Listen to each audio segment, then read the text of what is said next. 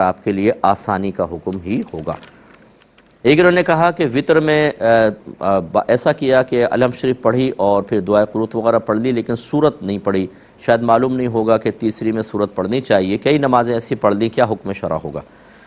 دیکھیں ان نمازوں میں یعنی وطر کی تیسری رکعت میں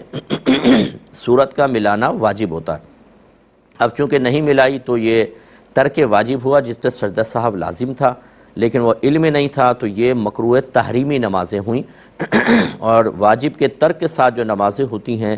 ان نمازوں کا بعد میں لوٹانا واجب ہوتا ہے، یعنی یہ وجوب ادا ہو گیا۔ یہ تو نہیں کہیں گے کہ قضا ہو گئی، لیکن آئندہ زندگی میں جب کبھی موقع ملے ان تمام نمازوں کو آپ دوبارہ پڑھیں، یعنی نیت یہ کر لیجیے گا کہ فلاں وقت کی وطر جو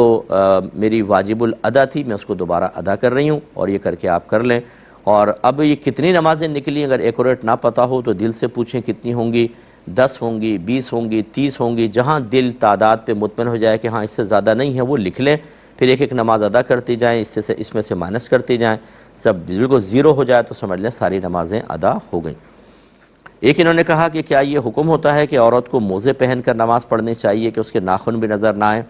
جی بالکل ایسا کوئی حکم نہیں ہے، پیچھے کے اس کا حصہ جو ہے ایڑی اور ٹخنے وہ حتی الامکان